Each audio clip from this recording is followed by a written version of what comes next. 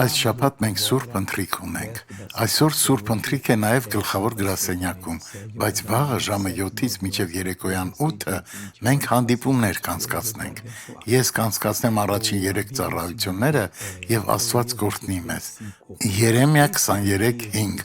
Ահա օրեր են գալիս, ասում է Տերը, որ Դավիթի համար վեր կկացնեմ արդարության շառավիղ, նա արդեն հարություն է տվել Հիսուսին, եւ իբր թագավոր կթագավոր է Տեր Հիսուսը ու իմաստությամբ կվարվի եւ իրավունք ու արդարություն կգործե երկրի վրա։ Ահա բարեկամներ, արթնացեք, Մեսիան արդեն եկել է, նա պարզապես սպասում է ձեր հրավերին մտնելու ձեր սիրտը, նա կփրկի ձեզ, նայենք վկայությունը։ Վթարի ենթարկվեցի եւ մեծ ցավ զգացի այս ոտքիս մեջ, կաղալով էի քայլում։ Հիմա ցավն անցել է։ Հիմա նորմալ քայլեք, միջանցքում նորմալ քայլեք, դուք կարող եք վազել, փառք Աստծուն,